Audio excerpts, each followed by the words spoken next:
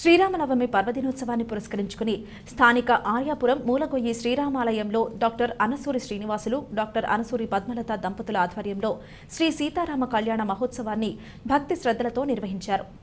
శ్రీరామాలయంలో బుధవారం మధ్యాహ్నం 12:26 గంటలకు గార్లపాటి సూర్యనారాయణ, లక్ష్మీ నాగ వెంకట రత్నమాల దంపతుల చేతుల మీదుగా వేద పండితులు కళ్యాణ మహోత్సవాన్ని అంగరంగ వైభవంగా జరిపించారు. భక్తులు భారీగా తరలివచ్చి స్వామివారి కళ్యాణ మహోత్సవాన్ని తిలకించారు.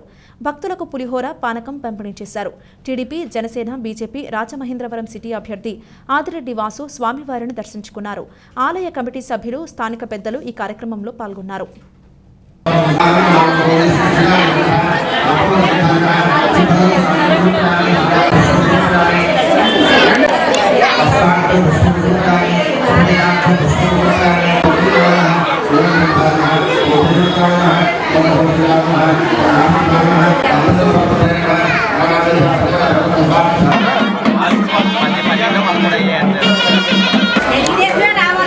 ఎలక్షన్ కూడా